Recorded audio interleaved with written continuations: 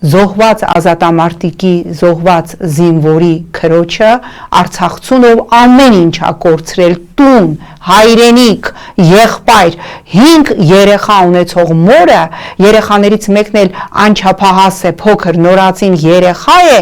կալանավորում են, նոր հաջնից գիշերով գալիս տնից երեխաների ներկայությամբ, ահաբեկելով երեխաներին, կնոջը տանում են Դիլիջանի քննչական բաժին, ընդամենը ինչ որ մեկի ֆեյսբուքյան գրառման տակ մեկնաբանություն թողնելու համար, եթե անգամ այդ մեկնաբանությունը իր մեջ սպառնալիք էր պարունակում, կարելի էր գործ հարուցել եւ որևէ մեկին չտանել եւ կալանքը որպես խափանման միջոց չընտրել, այսինքն չտանել եւ չփակել 5 երեխա ունեցող մորը։ Ինչի համար է այս ամենը արվում, նախորդին էլ մի հատ քննչականը, Լոռու քննչական կոմիտեն հայտարարություն ա տարածում, ինձ թվաց հումոր ա,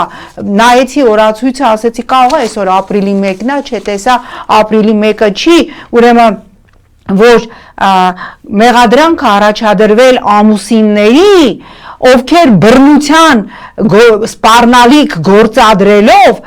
մարդուն ուրեմն իր ընտրելու ազատ իրավունքից զրկել են, սպառնացել են, որ գույքդ կվնասենք, որ ուրեմն ձեզ կվերացնենք, ասել են, որ հենց հիմա պիտի գնաս Լոռու մարզի մեր ձևովի գրասենյակ գրանցվես եւ սպառնացել, ահաբեկել, բռնություն են գործադրել, ես չգիտեմ ինչ են արել, երևի ծեծել են, մազերն են պոկել, ինչ են արել, կծել են, պարչի ինչ են արել, ասել են, որ հունիսի 7-ին էլ պիտի գնաս ընտրես մեր ձևովին, գիտեք,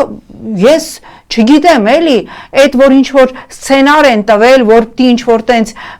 մարդկանց դեմ քրեական գործեր հարուցեք, սենց հիբրիդային պատերազմի ականջ պոչ կույրաղիկ, ես չգիտեմ ինչ գտնեք, երիկամ գտնեք, մի քիչ ես նորից եմ կրկնում էլի, մի քիչ պրոֆեսիոնալների վարձեք, որ այսքան ծիծաղելի բաներ չանեն եւ մի քիչ, ինչ ասեմ, ձեր վախերը կոնտրոլ արեք, որ չվախենաք անգամ 5 երեխա ունեցող կնոջից, ով ամեն ինչ կորցրել է եւ այո կարող է եւ իր գրառման մեջ ինչ որ սահմաններ անցնել, չիմանալով, չենթադրելով անգամ, որ իր գրառումը իր մեջ կարող է ենթադրյալ հանցակազմ պարունակել։ Պարզա չէ Նիկոլ, որ այդ կինը 5 երեխա ունեցող մայրը չէր գալու, ես չգիտեմ ինչ գրառում է արել եւ ինչ որ ոչ սահմանադրական կարգներ տապալելու, ոչ իշխանափոխություն էր անելու, ոչ էլ ինչ որ մեկի հետ հաշվեհարդար էր տեսնելու։